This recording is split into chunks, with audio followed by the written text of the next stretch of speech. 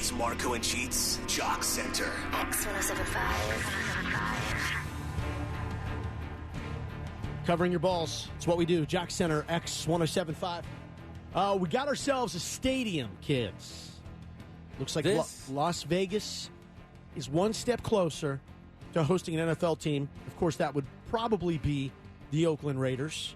Yep. But regardless, it was approved that the stadium could be built and the setup for the public funds could be used in the way that they were initially articulated. Yeah, The base number is what, $750 million? $750 million, and that all come off like a hotel, motel tax.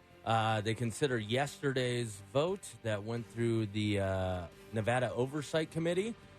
This was a major hurdle in taking a step to actually making this stadium reality. Of course, I believe the governor and the legislation still needs to sign off, but it's looking good. Yeah, the governor will look at this next, although I think the early reports from him were that he was pleased to see the way this happened. It happened so quickly, so now he could take a look at it. So, yeah, $750 million, unless you're staying, flying in and using a lot of hotels, you really relatively won't be affected by this whatsoever. Other than you'll have an NFL team and there'll be more jobs, and probably the city gets a little more credibility. Like it or not, the NFL brings instant credibility to any city it shows up in. It's just the way it goes. No, I mean, if you look at when they drop into these cities, like, the Jacksonvilles or, wherever, where they just recently came in the last 20 years, you see a metropolitan sprawl kind of build around the NFL being there, and that brings legitimacy to the city, as you mentioned. It really, really does. Last night we mentioned it was the Buffalo Bills. It was the Jets. The Jets win on Thursday Night Football, which some people watched on Twitter. Which a lot of people were excited about, being able to actually watch the game on Twitter. Not get tweets, but actually watch the game from the Twitter app. Jets millionaire fan Gary Vaynerchuk. Gary Vaynerchuk is a social media strategist.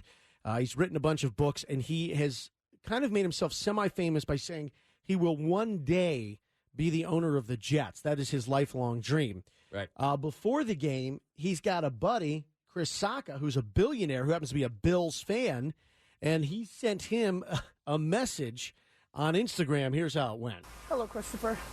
It's me, Gary. I don't know if you'll be watching the game tonight as a casual Bills fan, but... Oh, I'm a casual Bills fan. I just want to say... So he tells him to F off, and obviously Vaynerchuk wins that battle because the Jets win, and right. That's his team. I like how he found the only billionaire that's also a Bills fan. Yeah, and not the owner. F you. Harambe, we've been talking about Harambe a lot lately.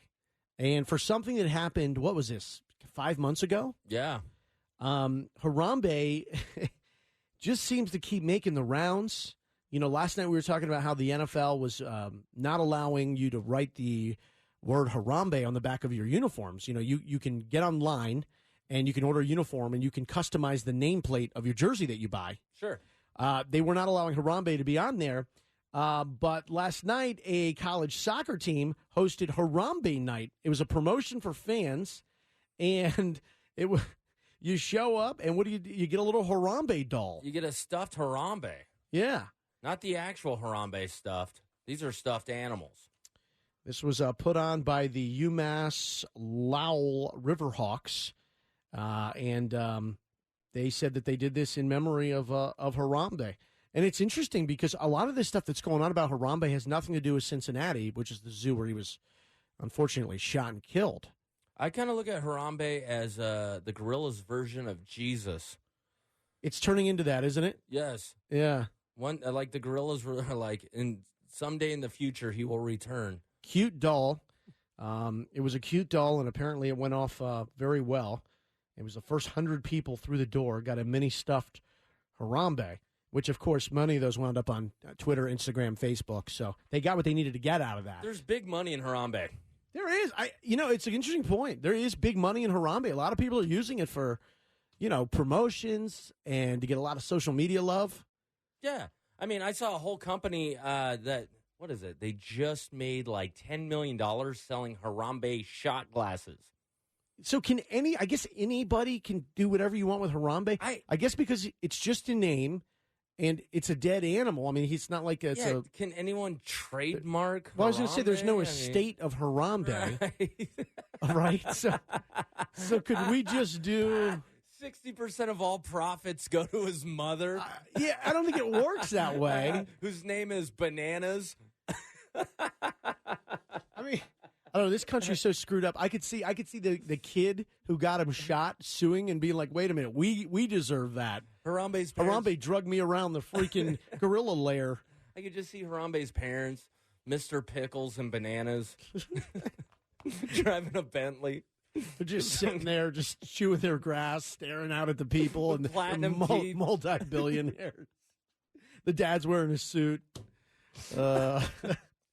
Damn, Mr. Pickles looking tight. We should really come up with a Harambe angle for something. It looks like it always works, but I guess you can just do whatever you want. There's your Jock Center and a Harambe update. What the hell with it? Let's just do a daily Harambe update. Just, Yo, what up, Mr. Pickles? just sitting there drooling, and I love that Bentley, son. it's got like that navy blue suit jacket with the white navy hat, the sailor hat. Is that diamond-plated a Kango hat? It's Marco and Jeets, X 107.5.